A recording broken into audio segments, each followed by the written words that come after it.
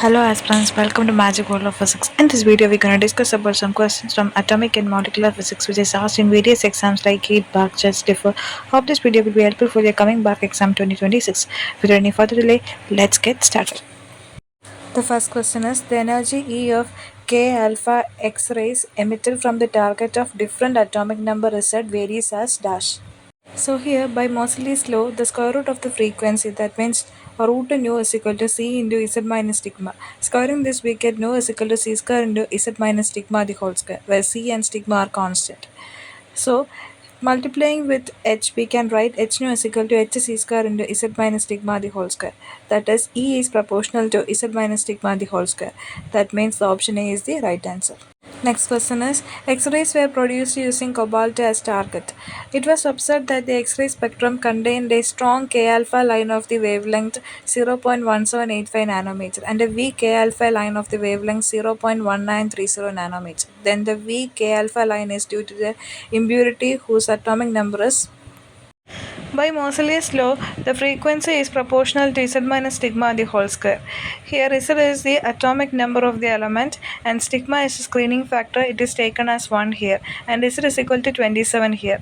So here for the strong K alpha line, the wavelength is given. We know that the frequency is the reciprocal of the wavelength. So we can write 1 by 0.1785 nanometer is proportional to 27 minus 1 the whole square. This is equation number 2.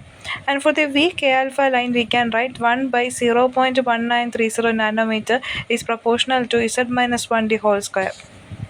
This is equation number 3. Dividing these two equations, we can write 1 by 0.1785 nanometer divided by 1 by 0.1930 nanometer is equal to 26 the whole square divided by Z minus 1 the whole square. So we can write Z minus 1 the whole square is equal to 0.1785 into 26 square divided by 0.1930 and this is equal to 625. That is Z minus 1 is equal to 25. Therefore, Z is equal to 26. So, here the answer is option B. The next question is the short wavelength cutoff of the continuous X-ray spectrum from a nickel target is 0.0825 nanometer. The voltage required to be applied to an X-ray tube is. We know energy E is equal to EV and this is equal to Hc by lambda. Therefore, V is equal to Hc by E lambda and this is equal to 6.6 into 10 power minus 34 into 3 into 10 power 8 divided by 1.6 into 10 power minus 19 into 0.0825 into 10 power minus 10 and this is equal to 150 into 10 power 2 volt and this is equal to 15 into 10 power 3 volt and this is equal to 15 kilovolt. So, here the answer is option C.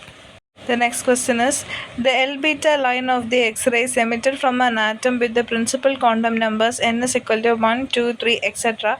arises from the transition. The X-ray spectra are produced by the electronic transition within an atom to a lower energy level.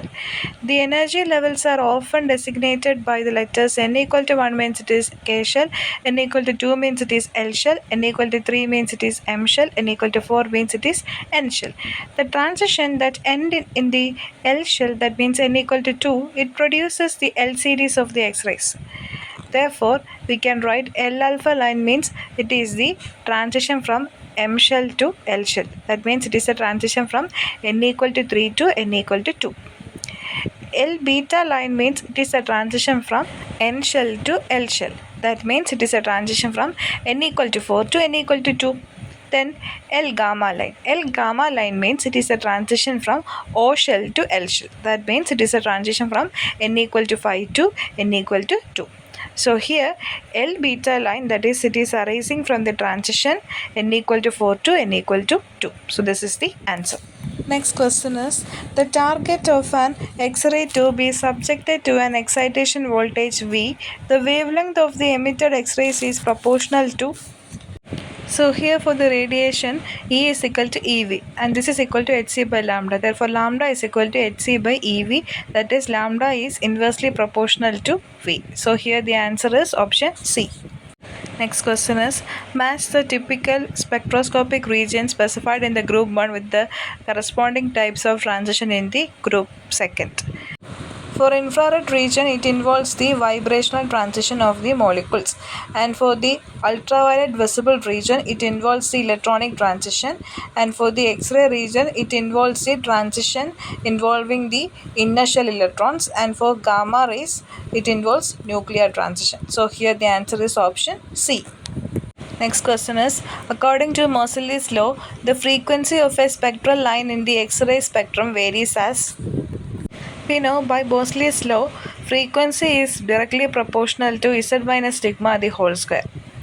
So here we can say that the frequency of a spectral line in the X-ray spectrum varies as the square of the atomic number of the element. So here the answer is option B. Next question is, the continuous X-rays are produced when. The continuous X-rays are produced in an X-ray tube when high-speed electrons collide with the metal target. As the incident electrons approach the strong positive electric field of the heavy nuclei in the target material, they are suddenly decelerated. This deceleration causes the electrons to lose kinetic energy, which is then emitted as the electromagnetic radiation in the form of the X-rays. This process is known as Beam's-Line. The continuous spectrum arises because the electron lose varying amount of energy in this collision, resulting in a continuous range of X-ray wavelength. So here the answer is option D. That is, the incident electrons are decelerated near the heavy nuclei of the target atoms. The next question is, the Auger electron emission cannot be obtained from.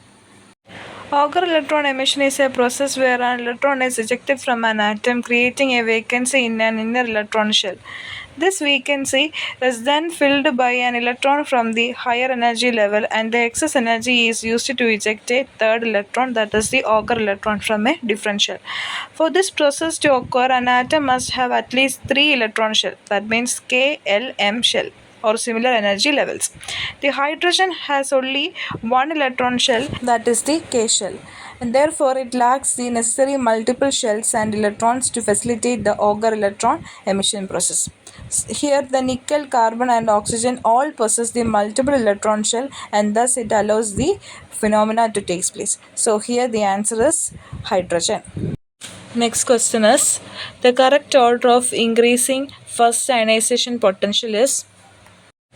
The ionization potential increases across a period from left to right due to increasing effective nuclear charge and decreasing atomic radius, and it decreases down a group due to the increasing atomic size and shielding effect. So here the option A, C and D lists elements within the same group. So the order of increasing ionization potential should be in the reverse of what it is shown. The option B lists elements across the second period in the group 1, 2, 13, 14. So here the answer is option B. It follows the correct order. Next question is, if the average separation between the adjacent lines in the rotational IR spectrum of CO molecule is 3.844 cm inverse, then the value of the rotational constant is dash. The average separation between the adjacent lines is 2b. So here 2b is equal to 3.844 cm inverse. So here b is equal to 3.844 cm inverse divided by 2, and this is equal to 1.922 cm inverse. So here the answer is option B. Next question is, a laser beam of wavelength 600 nanometer with a circular cross section having a radius of 10 mm falls normally on a lens of radius 20 mm and the focal length 10 cm. The radius of the focus spot is approximately. The radius of the focal spot is given by the equation B is equal to lambda f by a. Here f is equal to 10 cm and this is equal to 10 power minus 1 meter, and lambda is equal to 600 into 10 power minus 9 meter, and a is equal to 10 into 10 power minus 3 meter. Therefore, B is equal to 600 into 10 power minus 10 into 10 power minus 1 divided by 10 into 10 power minus 3, and this is equal to 6 micrometer. So here the answer is option B. The next question is, a three-level system of atoms has N1 atoms in level E1, E2 in the level E2 and E3 in the level E3, where N2 greater than N1 greater than N3 and E1 less than E2 less than E3. The laser emission is possible between the levels. So here in the given three-level system of atoms, the level with energy E2 has the greatest atoms N2 among all three levels, which confirms that this is the metastable state. Similarly, E1 E2 represent the ground and the excited state respectively. Thus, the laser emission will possible only between E2 to E1 levels. So here the answer is option B. Next question is, which one of the following electronic transition in neon is not responsible for laser action in the helium neon laser? For helium neon laser, the laser transition takes place in neon only. So here the transition can be take place from 5s to 4p, 5s to 3p, 4s to 3p. So by the above diagram, the electronic transition 6s to 5p is not responsible for laser action in the helium neon laser. So here the answer is option B. Next question is, in a helium neon laser, the laser transition takes place in the helium neon laser, the laser action occurs only in neon. The helium atoms are excited by the electric discharge and then transfer their energy to the neon atoms through collision. This process populates the upper energy level of the neon atoms, leading it to a population inversion and the subsequent stimulated emission by the neon atoms. So here the answer is neon only. The next question is, the population inversion in a two-level laser material cannot be achieved by optical pumping because in two-level laser system, the rate of upward transition is equal to the rate of downward transition. That is, N2 is equal to N1. So there will be no population inversion. So here the answer is option A. The next question is, the lifetime of an atomic state is 1 nanosecond. The natural line width of the spectral line in the emission spectrum is of the order of. By Heisenberg uncertainty principle, we can write delta E delta t is greater than or equal to h by 2 pi. We can write it as delta E delta t is approximately equal to h by 2 pi. And here it is given that delta t is equal to 1 nanosecond and this is equal to 1 into 10 power minus 9 second. Therefore, delta E is equal to h by 2 pi into delta t, and this is equal to 6.6 into 10 power minus 34 divided by 2 into 3.14 into 10 power minus 9 joule. We can convert it to electron volt by dividing by 1.6 into 10 power minus 19, so that we can convert it to electron volt. That is, this is equal to 6.6 into 10 power minus 34 divided by 2 into 3.14 into 10 power minus 9 into 1.6 into 10 power minus 19. This is equal to 0.65 into 10 power minus 6 electron volt. That is, this is in the order of 10 power minus 6 electron volt. So here the answer is option C. The next question is, the lasing transition in the helium neon laser giving red light occurs in the following levels. Helium neon laser is a four-level laser that uses helium atoms to excite neon atoms. It is the atomic transition in the neon that produces the laser light.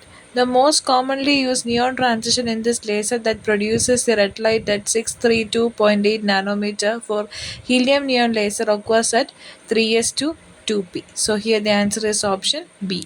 Next question is, the 623.8 nanometer radiation emitted by a helium neon laser is due to the transition between. In helium neon laser, the transition corresponds to the wavelength lambda is equal to 632.82 is 3s to 2p transition. So here the answer is option A. Next question is, a two-level system of n atom is at a negative temperature T. N1 is the number of atoms in the lower energy level E1 and N2 is the number of atoms in the higher energy level E2. The number of atoms in the higher energy level N2 is always greater than the number of atoms in the lower energy level N1. So that is, N2 is greater than N1. So here the answer is option C. The next question is, in a carbon dioxide laser, it is possible to obtain laser radiation at wavelength of 9.6 micrometer and 10.6 micrometer. The energy levels corresponding to the two transition are. The wavelength 9.6 micrometer corresponds to transition from 001 to 020 and the wavelength 10.6 micrometer corresponds to transition 001 to 100. The next question is, what is the temporal coherence length of the mercury vapor lamp emitting in the green portion of the spectrum at the wavelength of 546.1 nanometer with a emission bandwidth of delta nu is equal to 6 into 10 power 8 hertz? Here lambda is equal to 546.1 nanometer and this is equal to 546.1 into 10 power minus 9 meter.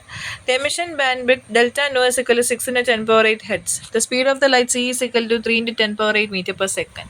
The temporal coherence length LC can be calculated by the formula LC is equal to c by delta nu. That is LC is equal to 3 into 10 power 8 divided by 6 into 10 power 8 hertz. And this is equal to 0.5 meter. Here the answer is option A, that is 0.5 meter. The next question is the energy level diagram of Ne and that of helium for helium neon laser is represented by dash notations. The energy level diagram of neon for the helium neon laser is represented by Paschen notation, which is a common system for labeling the complex energy levels of noble gases like neon. The energy level diagram of helium is represented by Russell-Sanders or LS coupling notation, which is suitable for lighter atoms where spin orbit coupling is weak. So here the answer is option D. Next question is the coherence length of the laser light is. We know that the coherence length of the laser light is the measure of the average length over which the light wave maintains a predictable phase relationship. So here the coherence length LC is equal to C by delta nu, where C is the speed of the light in vacuum and delta nu is the spectral line width. So we can say that the coherence length is inversely proportional to the width of the spectral line. So here the answer is option B. Next question is a laser source emit radiation of 500 nanometer with a line width of 1 nanometer. The coherence length LC is equal to lambda square by delta lambda and this is equal to 500 nanometer the whole square divided by 1 meter and this is equal to 250,000 nanometer and this is equal to 250 micrometer. So here the answer is option C. This is the end of this video. Thanks for watching this channel.